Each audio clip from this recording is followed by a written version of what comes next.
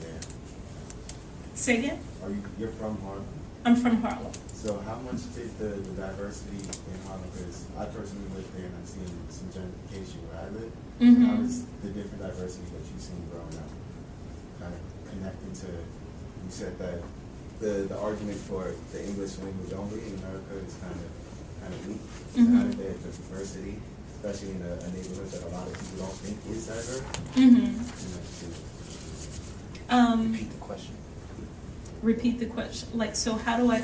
So how did Harlem influence what I'm doing in my work? Basically, a great deal. I mean, I grew up on Lenox Avenue, between Lenox and 7th, which nowadays real estate calls Soha, and rezoning has gone on to say that I'm part of Morningside Heights and not Harlem, which is, insulting. But that area is on the borderlines of the barrio, which is Spanish Harlem. So the thing is, my classmates were Puerto Rican and Dominican, and then later on in like junior high school, I did have some encounters. I can't say I had classmates, but I did have some encounters with Haitian kids. So you hear these around, and you hear these in conversations with your classmates. You hear this on the streets. Sometimes, the thing with having back then, Puerto Rican or Dominican friends, right? You hear it all the time when they wanted to say something that they didn't want you to know. Like if they were talking about you, and it was, so they can easily switch, right? But also, I mean, have you heard of Pig Latin?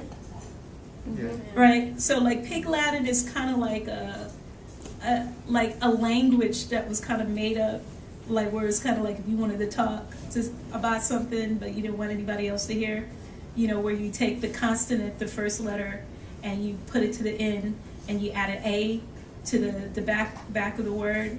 So it's like H-A,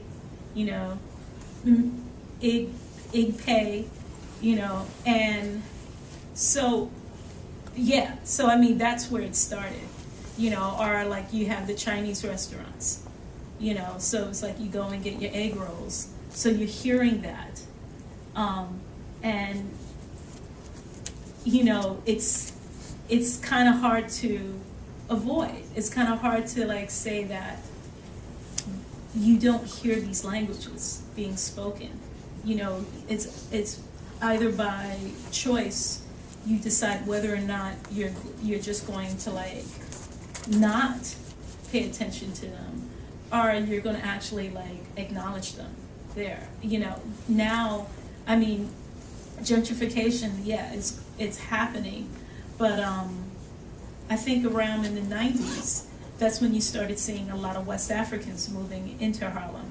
So like 116th, you can consider Little West Africa, because you have a huge Senegalese community, a huge community from Mali, and a couple of other areas. So you have the French African, so on and on and on, and now you have a Bangladesh community. So I think the gentrification thing, they kind of like don't really discuss those communities moving into the neighborhood, because gentrification is more about class. And so, but the thing is, these communities are they're there. Question for Dan. You're remarking on your poem about the post-World War II generation, Right. and the way that the war affected that post-World War II generation. Right. I'm wondering if you how would you compare the effects of World War II on the generation that came after it versus the current wars that we are in, and what kind of effect that might have.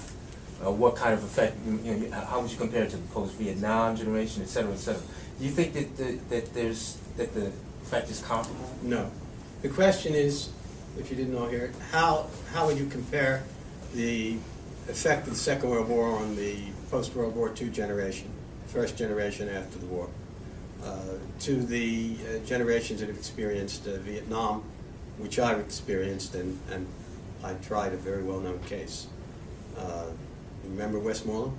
Yeah. He sued CBS. Yeah, well, I don't know that everybody They here won't knows know that, who right. Westmoreland is. General Westmoreland. They know who CBS is. Yes. And I was more than involved in that. And the current generations. The answer is, I think the current wars have very, very small impact on the societies. They don't have impact on the global societies, i.e. in the West, because with the America is running these wars, not the rest of the world. Yes, the Brits were in there and all, but the effect, the visibility was very, very low. Secondly, the Second World War in Europe, many of those cities were destroyed. The Germans lost 25 million people. Not a stone was left on top of one another in Berlin, Dresden, places I've been to. The Russians lost 50 million. Western Europe was occupied. The Brits endured the Blitz. And then the camps were opened. And many of those people, they didn't all go to Israel. They became a part of the rest of the European societies. So today, they were popular armies. They were conscript armies. The Americans, since the Vietnam War, have been using mercenaries. I realize, what do you call it? You call it the volunteer army. That's bullshit. They're mercenaries. Most of those people, many of the people joining up are poor, not, working class. It's a way up. The Army and the Air Force trumpet the fact that you can get your education paid for. So the answer is, wars now, it's electronic. They sit behind consoles in Colorado and send drones into Pakistan. You never see who you're killing. No, I think there's very little effect, and that's one of the great dangers of contemporary warfare. And certainly, how is the population of America affected by the Iraq and the Iran and Afghan wars? By and large, they never saw it, didn't see it. All they see is a triumphalist shooting down. So that's the view I have. Sir? Two of your poems. One was about your mother's death, unfortunately, and one Yes. was about your father's disease. Right. In both of those, a sense of a bit of stress, but also a bit of nostalgia. I was curious, is that a form of letting go of those memories or holding on to them? The question was, in two of the poems, they were bookends, I guess. One was about my mother's deathbed. The second was about my father's sicknesses. And thank you very much, Latasha. I don't know how to run that thing. Again, as you can see, I'm astonished at how little I know.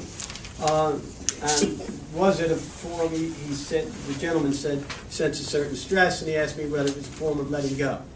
And the answer is yes. The reason I write, and I've been writing for a very long time but not published, I was published by accident. Literally. I was having a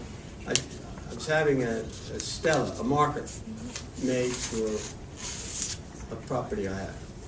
And for one of my poems, I got a letter artist to design the letters. I sent him the poem, and he called me after he got done the design, and he said he liked it. Did I have any more? He said he ought to know. He does the covers for MOH Press, which is the largest publisher of poetry in Britain.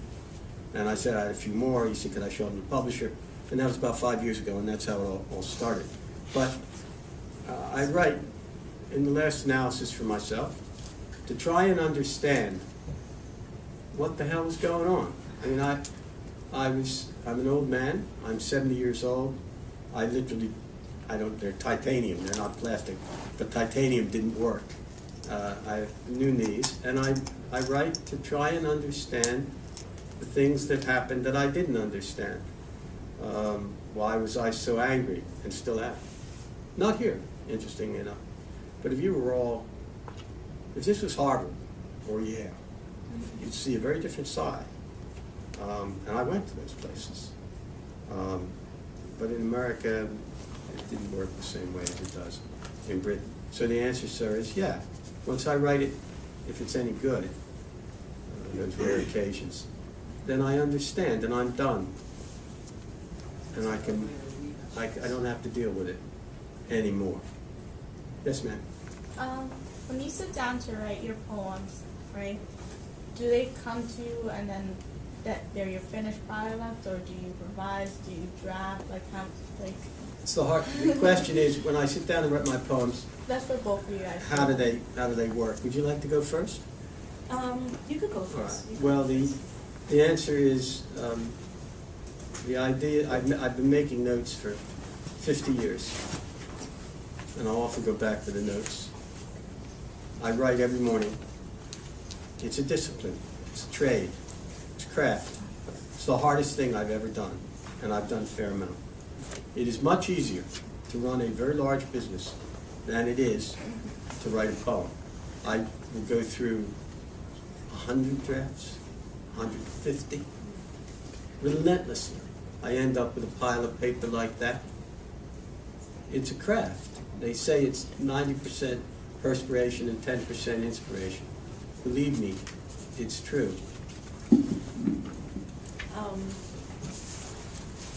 Sorry. No, I'm good. I'm good.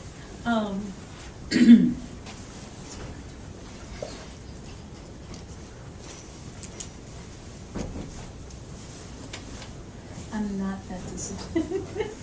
I gotta like. It's just like I'm like, well, I don't go through 200 drafts. I'm embarrassed to say that. But do I believe in editing and the rewrite? Oh yes, of course. I think there are poems that even more recently that I discovered when I wrote them maybe 10 years ago. I thought they were good, and then looking at them now, I'm like, that sucks so badly. And then you have to force yourself into the process of revision, which is difficult at times. It's like sometimes you're looking at that poem and you're like, why can't I make this work? And the thing is the goal is that you have to keep working at it, you know, until the point where either the poem is going to tell you it's done, or the poem is going to tell you give up, you know, and say like this is not going to work on another poem.